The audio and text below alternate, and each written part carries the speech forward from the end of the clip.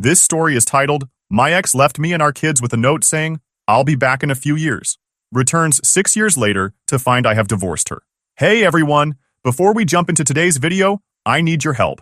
We've noticed the channel is losing some traction, and subscribing is one of the best ways you can support us.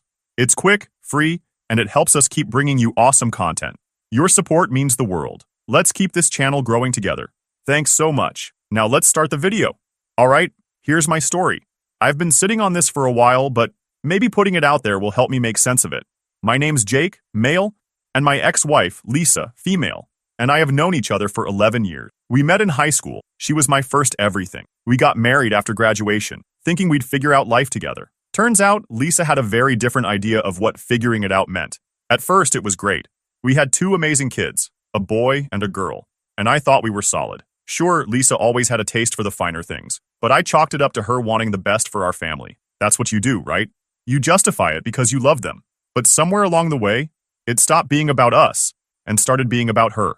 Then I noticed Lisa changing bit by bit. She started hanging out with this new group of high-class moms from school. You know the type, always decked out in designer gear, talking about vacations in Bali or whatever. I figured, all right, cool, she's making friends. But then it started getting weird. Suddenly, she was talking about how we needed a nicer car, trendy outfits for the kids, and bags that cost more than our mortgage. At first I thought, maybe this is her way of showing love or trying to step up. But by the time the 5th Gucci bag landed in our closet, I was like, what the hell is going on? Is this a phase or some kind of shopping addiction? Things went downhill fast. Rent was late more than once, and I could see the credit card bills stacking up. Every time I tried to have a real talk about it, she'd hit me with, you don't get it. I'm doing this for us. Or, you don't understand what it takes to fit in as a mom these days. Like what? Since when did being a mom mean living like a Kardashian? It wasn't just the spending, it was the attitude. She seemed more focused on keeping up with her new squad than keeping us afloat. It came to the point where I'd come home from a 10-hour shift, exhausted, and instead of finding some peace, there'd be another Amazon package or a shopping bag with stuff we didn't need. I was struggling to even pay rent on time, and every conversation about it felt like hitting a brick wall. I'd tell her, Lisa, you've got to knock it off. We can't live like this. She'd roll her eyes and say, don't you want your family to have nice things? Or some other excuse about keeping up appearances. Then things got worse. Work slowed down, and my hours got cut. Money was tighter than ever, and I was scrambling just to keep the lights on. I'd try to talk to Lisa about cutting back, but she acted like it wasn't her problem. Don't you want us to enjoy life? She'd snap. Of course I wanted us to enjoy life, but how are we supposed to do that if we couldn't even afford the basics anymore? I wasn't asking for the world, just for her to ease up on the unnecessary spending. I thought it was reasonable to expect her to pitch in by cutting back, at least while we were struggling. It felt like I was carrying the weight of the world alone. No support, no understanding, just her piling on more stress. I thought maybe she'd step up. Maybe we'd face the rough patch together. That's what partners do, right? Nope. So, one night, the doomed night, I woke up and realized Lisa wasn't next to me. My first thought, midnight snack raid. My second thought, maybe she finally got that 3 a.m. explore the world bug she always joked about. Turns out it wasn't a joke. The house was dead silent. No lights on, no sounds, just me in a dark room. That's when I saw it. A folded piece of paper on her pillow. I sat there for a second, staring at it like it was going to explain everything. My heart was pounding. I unfolded it, and the first line was, Jake, I need to do this for me. She wrote about how I was holding her back, how she'd met someone who could help her explore the world, and how this was something she'd always wanted. She said she wished she didn't have to hurt me or the kids, but sometimes you have to leave behind the things that keep you small. Then came the part that really got me. I'll be back in a few years. By then, I'll have experienced the life I've always dreamed of, and we can pick up where we left off. I read it over and over, trying to make it make sense. She was leaving us, for another guy, for some fantasy of living the high life. A few years? Pick up where we left off? Like our lives were just some paused movie waiting for her to come back? I couldn't breathe. My hands were shaking as I reread the note, trying to convince myself it wasn't real. But it was. Lisa had left me and our kids for, what? Some delusion of a better life? I started spamming her phone, but it went straight to voicemail. I called again and again, but nothing. I woke the kids up. I don't even know why. Maybe I thought if they called, she'd pick up. But no. They tried too, and it all went straight to voicemail. My son, who was 12 at the time, looked up at me with these confused eyes and said, Is mommy gone? Did something happen to her? And my daughter, she was only 8, asked, Is mommy in heaven? That question hit me like a truck. I didn't know what to say. How do you explain to your kids that their mom just walked out on them? I ended up stammering something about how she was going away for a while, but nothing about it felt right. At that point, I started spamming her phone every few minutes. I'd pick up my phone and try calling her again, hoping she'd answer and tell me it was all some horrible joke, but the only thing I got was her voicemail. By morning, the reality started to sink in. Lisa was gone, and she wasn't coming back. Not anytime soon, anyway. I had 2 kids who needed me, and I had no idea how I was going to explain to them why their mom decided we weren't enough for her. That note became a turning point for me. At that moment, I stopped being a husband and started being something else. A man who had to figure out how to keep his family together, even when the person who was supposed to be my partner decided we weren't worth sticking around for. It's crazy how one piece of paper can change your whole life. Ever since that night, everything felt like a blur. I'd wake up, look at the empty spot on the bed, and wonder if it was all some weird nightmare. The first few months were a grind. I was trying to juggle work, bills, and raising 2 kids on my own. Before, I had someone to help, even if Lisa wasn't exactly the most hands-on mom. Now, it was all me. Packing lunches, helping with homework, cleaning up spills. It felt like I was drowning in responsibilities. I'd fall into bed every night completely wiped, only to wake up and do it all over again. Money was tight too. Lisa's spending had drained most of our savings, and with just my income, it felt like I was constantly one step away from falling behind. Every little expense felt like a crisis. I constantly sat there wondering how the hell I was going to make it all work. It reached a point where I almost gave up, but I knew my kids were there waiting for me to be there for them, so I decided to get my shit together. So I stopped feeling sorry for myself and started making moves. I cut out anything unnecessary. If it wasn't keeping the lights on or food on the table, it was gone. I also started hustling. I picked up every overtime shift I could get and even started freelancing on the side. Nights when I'd normally crash, I was up late working. It wasn't easy. There were times I thought I was going to drop from exhaustion, but little by little, I started to see the results. I sold off anything we didn't need or use. That fancy coffee maker Lisa had to have? Gone. The treadmill collecting dust in the corner? Sold it.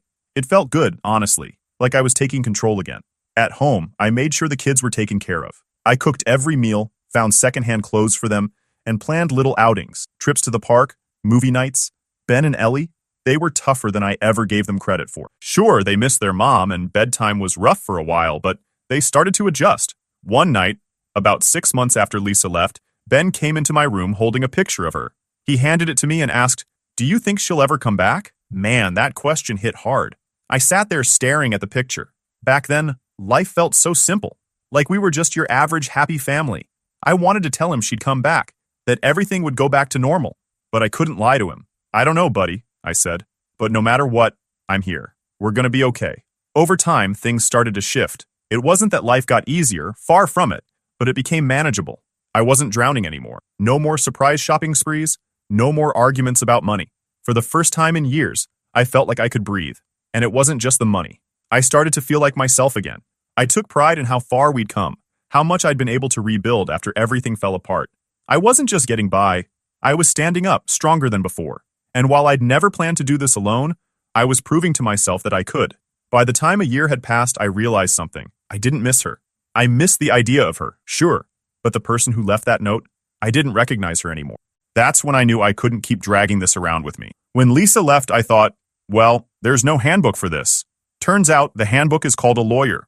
I explained the situation and filed for divorce.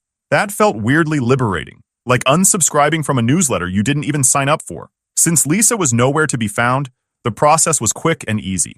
It wasn't like I wanted things to reach that far, but it was the right thing to do. I sold the house, a place that had started to feel like a museum of bad memories, and moved us to a smaller place in a quieter town. Lisa had hated the idea of moving somewhere less flashy, but I didn't care anymore. I was done living for her. Our new home wasn't much, just a little 2-bedroom house on the edge of town, but it felt like a fresh start, and the kids adjusted faster than I expected. By the time 3 years had passed, Lisa was like a distant memory, at least for me. For Ben and Ellie, it took a little longer. There were still moments when I'd have them asking small questions about her, but they stopped expecting answers. It was like they understood in their own way that she wasn't coming back. Life had settled into something that felt normal, even if it wasn't the life I'd imagined. I had my routines down, and I started noticing something strange around that time. Freedom. Not the kind where you're running off to do whatever you want, but the quiet kind. Without Lisa constantly draining my bank account or filling the house with her demands, I had room to breathe. I wasn't living paycheck to paycheck anymore, and I could actually save a little. Without Lisa's constant chaos, I started realizing how much lighter life could be. I wasn't tiptoeing around her moods, dodging her spending sprees, or trying to keep up with her never-ending quest for more. Ben and Ellie seemed to notice it too. They started smiling more, laughing more. Watching them thrive reminded me that Lisa leaving wasn't the tragedy I'd once thought it was. It was the reset we didn't know we needed.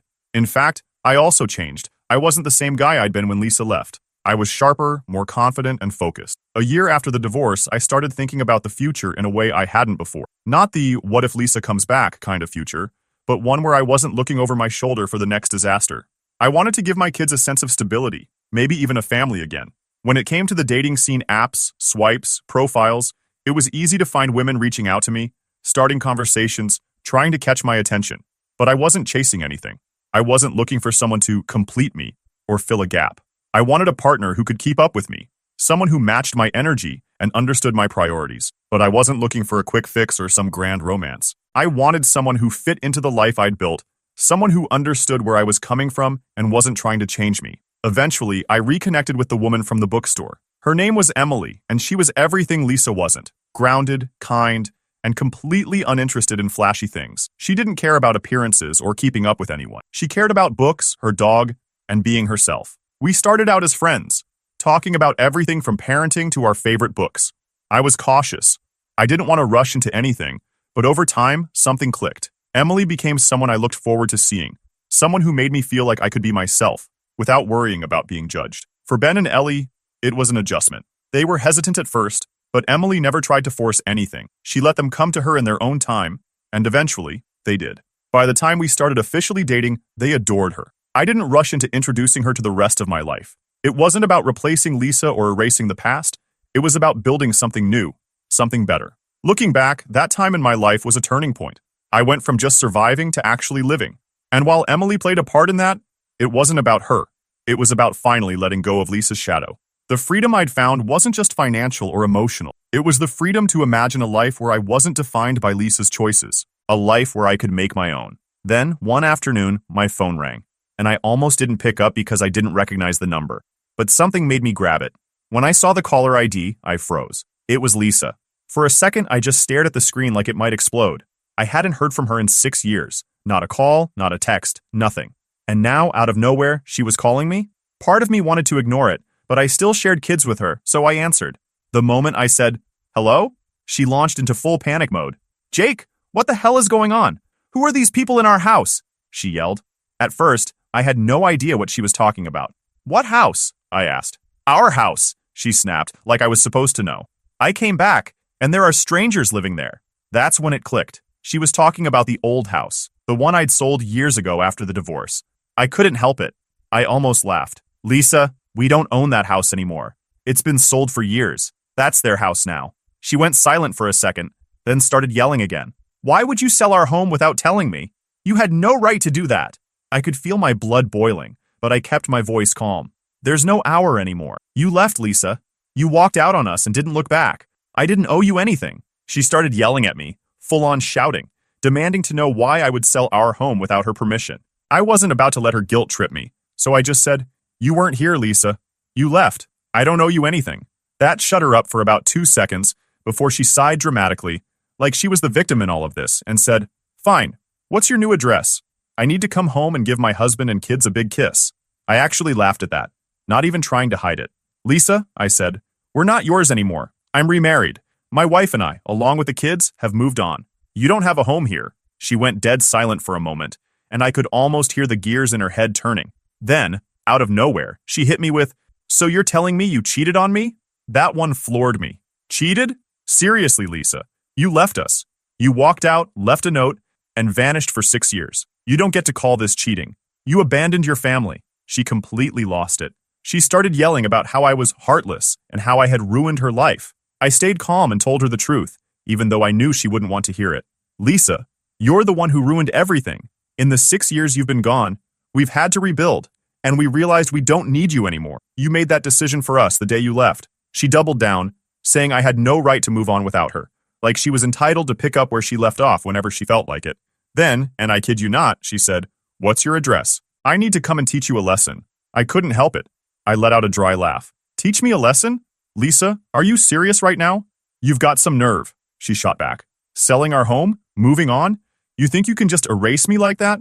"Erase you?" I said, trying to keep my cool. Lisa, you erased yourself when you walked out on us. You think you can just show up after 6 years and start calling the shots again? I'm your wife, she practically shouted. Were, I corrected. I admit I was playing on her nerves, but I enjoyed it. You were my wife. That ended the day you left. Now I have a new wife, and the kids and I have moved on. You don't get to come back here acting like this. She scoffed. Oh, so you think this is all just fine? That I'm going to sit back while you ruin everything? Give me your address, or are you too much of a coward? I finally said, Lisa, I'm not giving you my address. This isn't your home anymore. We don't owe you anything. You'll regret this, she hissed. I'll make sure of it. And then she hung up, just like that. She thought she had the last word. But honestly, I was just relieved the call was over. I just stood there for a moment, staring at the phone. Like, what was she even thinking? It's been 6 years. She walked out on us. And now, she thinks she can just come back in and act like nothing's changed? Unbelievable. I called Ben and Ellie into the living room and sat them down. I told them their mom had called and asked if they wanted to have a relationship with her. I wanted to give them the choice. It wasn't my place to make that decision for them. Their reaction was immediate. Ben shook his head and said, No way. She left us, Dad. Why would I want to talk to her now? Ellie just looked at me and said, Do we have to? I told them they didn't have to do anything they didn't want to. I could see the relief on their faces, and it hit me how much Lisa's absence had shaped them. She wasn't the mom they remembered anymore. She was just a stranger? Well, Lisa wasn't one to let things go. A few days later, I got a call from one of her relatives. Her cousin, I think. They told me Lisa was furious and planning to come back to town. I didn't know what her endgame was, but it didn't matter. She wasn't walking back into our lives like nothing had happened. The thing is, Lisa had this way of twisting reality to suit her narrative. She didn't see herself as the person who abandoned her family. In her mind, she was the victim, the one who'd been wronged. But that wasn't my problem anymore. I had a new life, one I wasn't willing to compromise for her drama. Now with Lisa in the picture again, everything turned into chaos, as if 6 years of silence wasn't enough drama. After our phone call, I thought maybe she'd realize she wasn't welcome and leave us alone. But no, Lisa doubled down. She started calling and texting nonstop, leaving these rambling voicemails about how I'd betrayed her and how she deserved to be part of our lives again. At first, I ignored her, but then things escalated. She even called once while I was at work. I picked up because I was tired of the constant interruptions. You think you can just replace me? She snapped the second I answered. Lisa, what do you want? I asked, trying to keep my cool. What do I want? I want my family back, she shouted. You had no right to move on without me. We were supposed to pick up where we left off. I couldn't believe what I was hearing. Pick up where we left off? I yelled. Lisa, you walked out on us. You left a note, disappeared, and didn't look back for 6 years. You don't get to show up now and act like nothing happened. She scoffed like I was the unreasonable one. I told you I'd be back. You should have waited for me. That's what families do. They stick together. Families also don't abandon each other, I shot back. You didn't care about us when you left, and we don't owe you anything now. That's when she started throwing accusations. She claimed I was trying to erase her, that I'd brainwashed the kids against her, and that I'd cheated by remarrying. She even had the audacity to say, I hope your new wife knows she's living in my shadow. I hung up after that. There was no point arguing with her. But she wasn't done. She started spreading rumors among her extended family, saying I'd stolen her house and kept the kids from her. Thankfully, her relatives weren't buying it. Then came the legal threats. She claimed we were still married and announced that she was planning to have my marriage to Emily annulled. Can you believe that? She acted like she could throw the reverse Uno card in my life because it didn't fit her narrative. Apparently, she thought the divorce didn't count because she hadn't been there to contest it. I couldn't help but laugh when I heard that one. Like she could just skip out for 6 years, then pop back in and declare the whole thing null and void. She was acting like the world had been on pause while she was gone, as if everything would be exactly how she left it, just waiting for her to pick back up whenever she felt like. The sheer audacity of it all was mind-blowing. Lisa was so caught up in her own delusions that she genuinely thought her absence wouldn't change anything. That's not how the legal system or life works. I had the paperwork to prove the divorce was finalized, and she'd been notified through every legal channel possible back then. But apparently, ignoring reality was her specialty. She was throwing around big legal terms and acting like she had some sort of case, which was laughable considering she abandoned us and had no leg to stand on. Emily and I talked it over, and honestly, we weren't even worried, just annoyed. Lisa's threats felt more like a tantrum than anything real, but it didn't make them any less irritating. I sent her a firm message through my lawyer, reminding her that our divorce was legally finalized years ago, and that she had no claim over my life or my family. I thought that would shut her down, but Lisa wasn't one to go quietly. Around this time, Lisa went full-on crazy mode. I guess when she realized I wasn't biting on her calls and messages, she decided to go after Emily instead. Lisa had somehow gotten her number. don't even ask me how, and had sent her this long chain of unhinged texts. Stuff like, "You think you can just take my place? You'll never be their real mom. You're nothing to them." And another one that said, "Jake is mine, and you'll never change that. Don't think for a second this is over." I was seeing red. Like, who does that? Emily didn't sign up for this crap.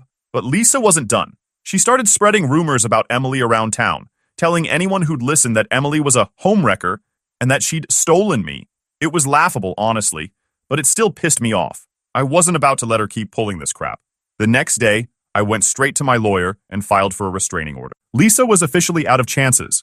Of course, she didn't take it lying down. She kept trying to stir up trouble, but at least the restraining order gave me some leverage to shut her down. By the time Lisa's attempts to force her way back into our lives had run their course, I was done. Completely done. I tried to shut her off in every way possible. At some point, the calls stopped. The messages dried up. Maybe she finally realized there was no getting through to me, or maybe she just moved on to her next scheme. Either way, the silence was a relief. For the first time in years, I didn't have to deal with her constant chaos, and I could focus entirely on my family and the life I'd rebuilt. It was like a weight had been lifted, a reminder that she no longer had any power over me or my choices. After a few months, life was finally calm. I was thriving at work, the kids were doing great, and Emily and I had built a life I was proud of. It was during a work dinner, one of those formal networking events where you shake hands, make small talk, and hope the food is at least edible. I'd been invited as a guest of honor for some project I'd led, and everything was going smoothly until she showed up. Lisa. At first, I thought my eyes were playing tricks on me. She was there, dressed to the nines, hanging off the arm of my boss. My heart dropped. Of all the places she could have appeared, why here? I wasn't sure if she'd seen me yet, so I kept my cool, staying polite and professional. But of course, Lisa wasn't one for subtlety. The moment her eyes locked on mine, she froze, then plastered on this fake smile like she hadn't ghosted me and the kids for 6 years. She walked over, dragging my boss with her, and started laying it on thick. "Jake, wow, I had no idea you'd be here." Her voice dripped with fake enthusiasm. I didn't say a word, just nodded politely and turned back to my conversation. She didn't like that. "Aren't you going to introduce me?" she asked loudly, trying to pull attention. I still didn't bite. Instead, I excused myself, grabbed my jacket, and made my way toward the exit. That's when it happened. Lisa lost it. "Really? You're just going to walk away?" she yelled, loud enough for half the room to turn and stare. "You think you can just erase me from your life, Jake? I am your life." Her outburst was so loud, it stopped me in my tracks. For a moment, I considered responding, putting her in her place right there in front of everyone. But then I looked around, my boss, my colleagues, strangers, and realized it wasn't worth it. Instead, I turned to her and said calmly, "Lisa, this isn't the time or place.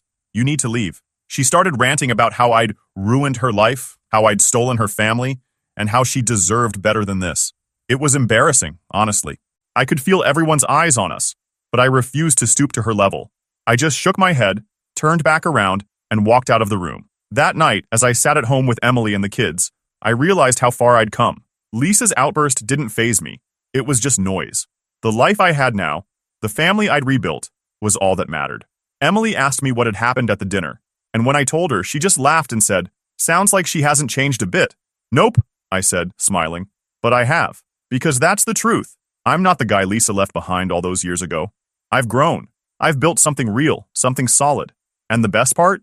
I've got the kind of family Lisa could never understand. A genuine one. Lisa's return might have been chaotic, but it reminded me of something important. I'm done with the past. My focus is on the people who truly matter, the ones who've stood by me through everything. And let me tell you, life's never been better. Thanks for sticking with me, guys. This journey's been a wild one, but I'm proud of where we've landed. Here's to new beginnings.